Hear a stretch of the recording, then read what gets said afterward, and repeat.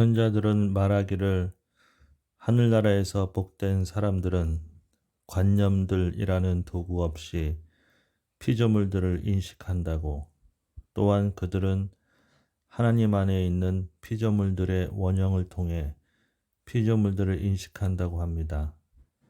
사람들이 사물들을 인식하고 사랑하고 바라시는 것과 똑같이 우리도 그렇게 되게 하기 위해 하나님은 우리가 열망하고 기도하도록 가르치시는 것입니다. 하늘에 계신 우리 아버지의 이름이 거룩히 여김을 받으시오며 이것은 오롯이 당신만이 알려지게 하소서라는 뜻입니다. 나라의 임하옵시면은 나는 당신의 다스림 이외에는 아무것도 없으며 아무것도 모르며 아무것도 중요하게 여기지 않는다는 뜻입니다. 나는 죄 때문에 고통을 받습니다. 그리고 그것은 나의 가장 큰 아픔입니다. 내가 모든 피조물에 대해 죄를 지은 것은 아니라 하더라도 말입니다. 그렇습니다. 1000개가 넘는 세상이 영원히 내 것이라 하더라도 나는 죄 때문에 고통을 받는 것입니다. 그러나 이 모든 것들은 결코 해를 입히지 못합니다. 만일 내가 그 고통을 받아들이고 그 아픔을 하나님의 뜻으로 변형시킨다면, 그러므로 하나님의 순수한 선하심과 하나님의 기쁨에 대한 순수한 사랑 때문에 오는 고통일 때 그 고통은 완전해집니다. 그런 까닭에 내가 이 책에서 말하고 있는 것은 진실이며 이해되어야만 하는 것입니다. 선한 사람은 그가 선한 정도에 따라 하나님 자신이신 선의 특성을 지니게 됩니다. 사람이 놀라운 삶을 땅 위에서 살 수 있는가를 생각해 보십시오.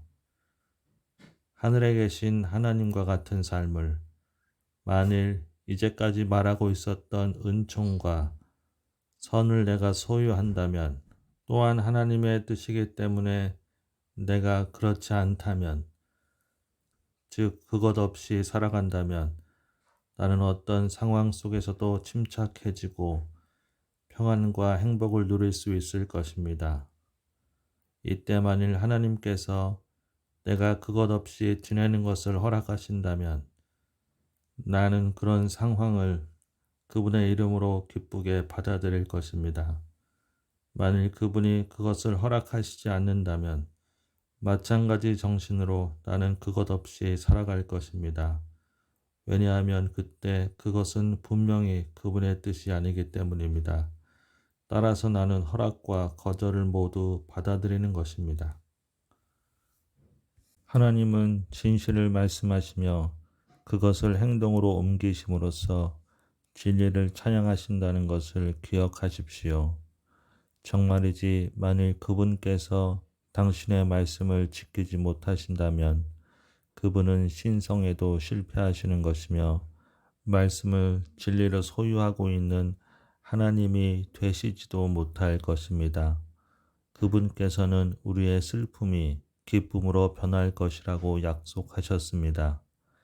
이제 만일 내가 갖고 있는 모든 돌들이 순금으로 변한다는 것을 진짜로 안다면 내가 돌을 많이 갖고 있을수록, 그리고 그 돌들이 크면 클수록 나는 더욱 큰 기쁨을 누리게 될 것입니다. 바로 괴로움과 불행 중에 있는 모든 사람을 위한 큰 위로가 여기에 있는 것입니다. 이와 비슷한 또 하나의 중요한 사실이 있습니다. 그 어떤 통에도 두 종류의 마실 것을 동시에 담을 수 없습니다. 그 통 속에 포도주가 담겨 있다면 먼저 담겨 있던 물을 쏟아 버림으로써 그 통을 비우고 깨끗하게 해야 할 것입니다.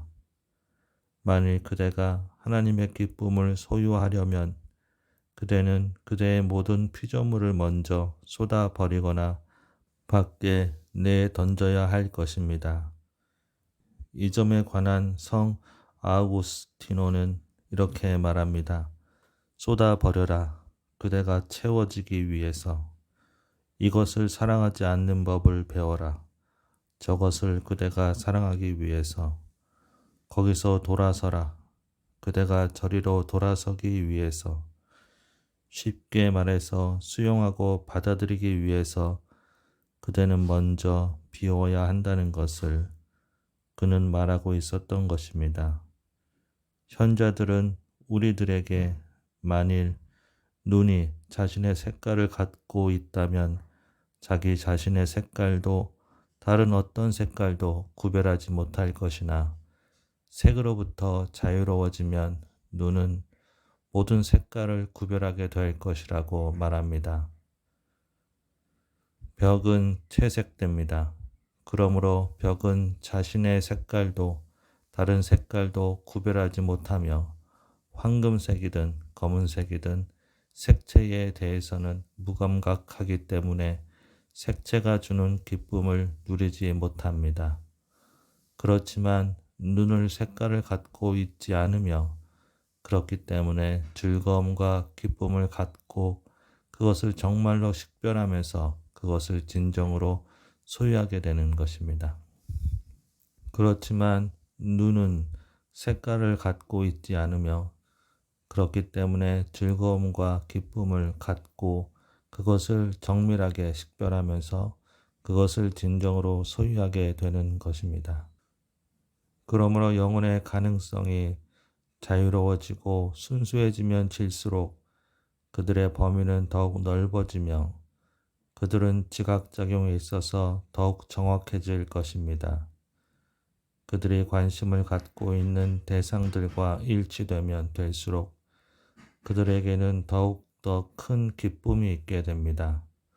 이런 원리는 피조물들에 대해서 순결하며 피조물들과 공통으로 갖고 있는 것은 아무것도 없으며 그렇기 때문에 하나님께서 자신 안에 거하시는 것에 못지않게 하나님 안에 거할 수 있는 영혼의 최고의 기능들에까지 확장될 수 있습니다.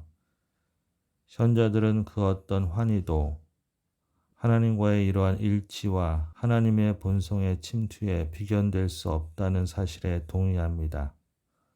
우리 주님께서 복음서에서 마음이 가난한 사람은 행복하다고 말씀하셨던 것은 정곡을 찌른 것이었습니다. 아무것도 소유하지 않는 사람이 가난합니다. 또한 색깔을 갖고 있지 않기 때문에 가난한 눈과 마찬가지로 색채에 매우 민감한 영혼이 가난합니다. 마음이 가난하다는 것은 다른 영혼들에 대해 민감한 것입니다. 하나님은 영이시며 그분의 영의 열매는 사랑과 평화와 기쁨입니다. 아무것도 소유하지 않아 깨끗한 텅 빈 가난은 본성을 변화시킵니다.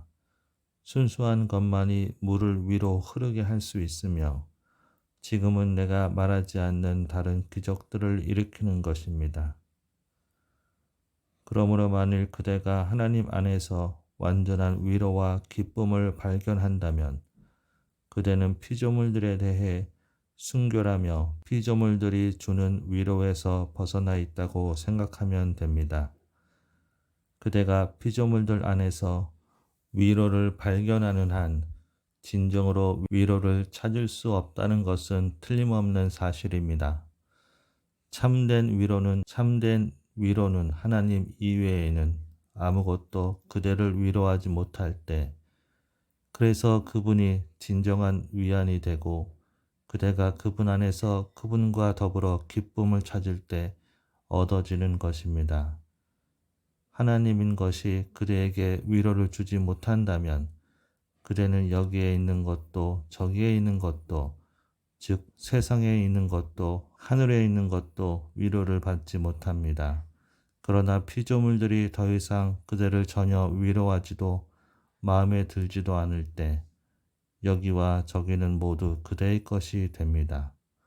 만일 하나의 그릇이 비워질 수 있고 어떤 사람이 그 그릇을 비우는 방법과 그 그릇을 채울 수 있는 모든 것, 심지어는 공기로부터 벗어나 그 그릇의 빈 상태를 유지하는 방법을 안다면 틀림없이 그 그릇은 자신의 정상적인 자연적 본성을 잊거나 감추고 하늘에까지 오르게 될 것입니다. 이와 마찬가지로 피조물들을 비운 영혼은 하나님께 들리워질 것입니다. 달문과 열은 사물을 들어올리는 실체들이기도 합니다.